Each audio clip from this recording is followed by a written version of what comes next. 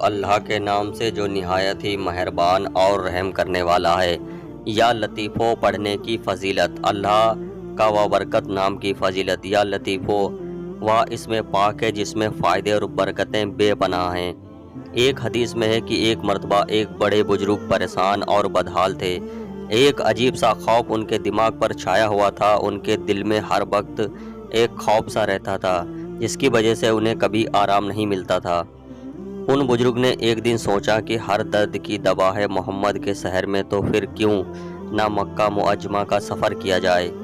اس سے حج کا فرض بھی ادا ہو جائے گا اور دربار رسول میں حاضری بھی ہو جائے گی اور اپنے مرض کا علاج بھی ہو جائے گا۔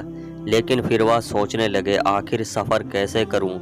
نہ سفر کے خرچے کے لیے کوئی پیسہ ہے اور نہ ہی اتنا کھانے پینے کا سامان جو پورے سفر میں چلے۔ لیکن وہ بزرگ کسی بھی حال میں وہاں مکہ معظمہ جانا چاہتے تھے۔ انہیں بس ایک دھن سوار تھی کہ مکہ معظمہ کا سفر کرنا ہے۔ پھر کیا تھا، انہوں نے خدا کا نام لیا اور چل پڑے مکہ معظمہ کے سفر کے لیے۔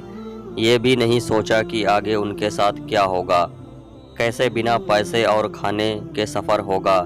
سفر شروع ہوتے ہی پہلے دن انہوں نے کافی گرم جوشی سے سفر کیا، لیکن دوسرے دن بھوک پیاس سے ان کی حالت خراب ہو گئی۔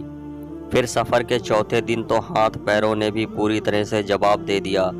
انہیں محسوس ہوا کہ اب کچھ دیر کے مہمان ہی ہیں۔ پھر انہوں نے کعبہ شریف کی طرف رخ کیا اور بیٹھ گئے اور سوچا کہ اگر مر بھی گیا تو منہ تو کعبہ شریف کی طرف رہے گا۔ اتنے میں انہیں کمزوری سے نیند آ گئی۔ سپنے میں اپنے سامنے اس بزرگ نے دیکھا کہ ایک نورانی چہرے والے بزرگ آپ کے قریب آئے۔ انہوں نے اپنا نام خضر بتایا اور انہوں نے آپ سے مصافحہ کیا اور بشارت دی کہ تم بہت جلد مکہ معظمہ پہنچ جاؤ گے اور تمہاری جو بھی خواہش ہے وہ بھی پوری ہوگی۔ بس تم میری بتائی ایک دعا کو دل سے 3 مرتبہ پڑھ لو۔ یہ دعا میری جانب سے تمہارے لیے تحفہ ہے۔ جب بھی انہیں کوئی مصیبت پیش آئے تم اسے 3 مرتبہ پڑھ لینا، انشاءاللہ تمہاری ہر مشکل آسان ہو جائے گی۔ دعا اس طریقے سے ہے، لطیفم بالخلف ہی یا علیمن یا خبیر۔ اس طرح آپ نے نیند میں ہی حضرت خضر علیہ السلام کے ساتھ یہ دعا دہرائی اور اسی دوران فوراً بعد کسی شخص نے آپ کو نیند سے جگا دیا۔ وہ شخص اونٹ پر سوار تھا اور حج کے لیے جا رہا تھا۔ ایک دوسرے ہی حالت جاننے کے بعد اس شخص نے بزرگ شخص کو اپنے ہاتھ سے لے لیا۔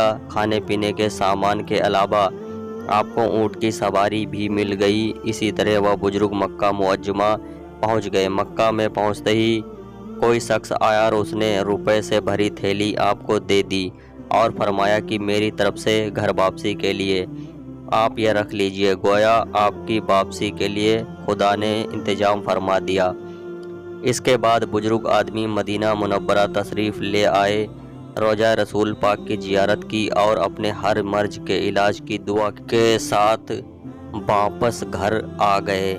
کچھ دن کے بعد ان کی جتنی بھی پریشانی تھی وہ دور ہو گئی۔ سبحان اللہ۔ ایسے ہی اسلامک واقعہ کے لیے ہمارے چینل کو سپورٹ کریں۔ ویڈیو دیکھنے کے لیے بہت بہت شکریہ۔